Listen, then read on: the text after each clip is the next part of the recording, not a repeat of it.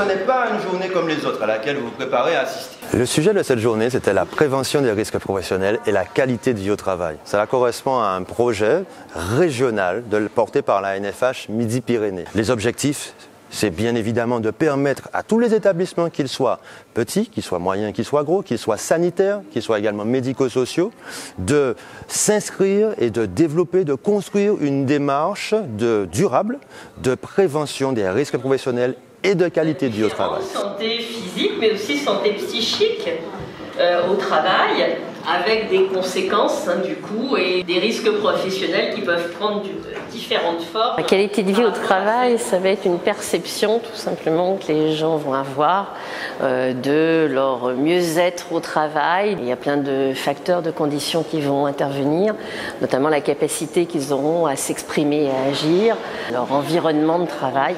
La marge d'autonomie qu'on va avoir laissée à des professionnels. Ça va impliquer des managers qui sont en capacité de favoriser tout simplement ces leviers de la motivation au travail. Et quand il se met à travailler, il produit. Le lien entre qualité de vie au travail et qualité des soins, qualité sécurité des soins, bien-traitance des usagers, la HAS, la Haute Autorité en Santé, l'a mis en évidence à plusieurs reprises, il est indéniable. Si nous voulons éviter la propagation des risques psychosociaux, il faut que l'on travaille à l'évolution des organisations du travail. Ce qui est très important, c'est de travailler dans de bonnes conditions et de réaliser un travail qui corresponde à leur éthique. Souvent, moi j'entends, on ne peut pas travailler correctement, on n'a pas le temps. On ne peut pas faire une toilette comme on désirerait la faire, on n'a plus de contact avec le patient. Et leur idéal serait de passer beaucoup de temps à côté du patient, lui parler, lui tenir la main. On peut effectivement résoudre un problème auquel on est confronté que si nous avons les compétences pour les résoudre. Personnellement, je pense que la QVT doit se traduire par des actions sur le terrain. Exemple QVT d'une action sur le terrain avec l'utilisation d'un outil qu'on appelle outil résolution de problèmes dans un service de brancardage. Le couloir de l'institution est tout le temps encombré de différents chariots, etc. Ce qui empêche le passage des brancardiers. Les brancardiers discutent entre eux de cette problématique et à un moment donné décident d'une action très simple à mettre en œuvre. On colle par terre un ruban adhésif jaune et noir qui délimite des aires de stationnement et des aires de circulation. Les brancardiers se sentent mieux. Pourquoi?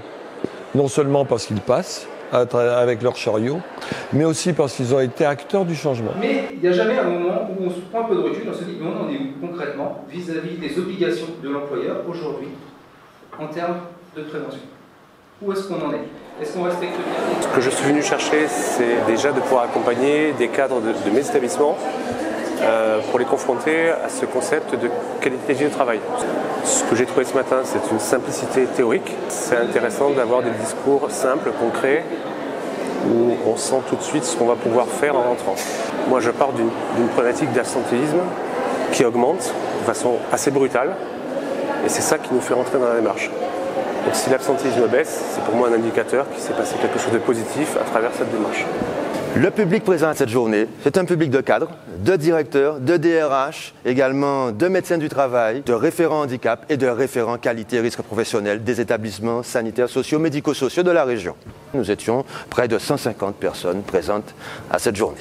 Donc c'est une pleine réussite pour la NFH.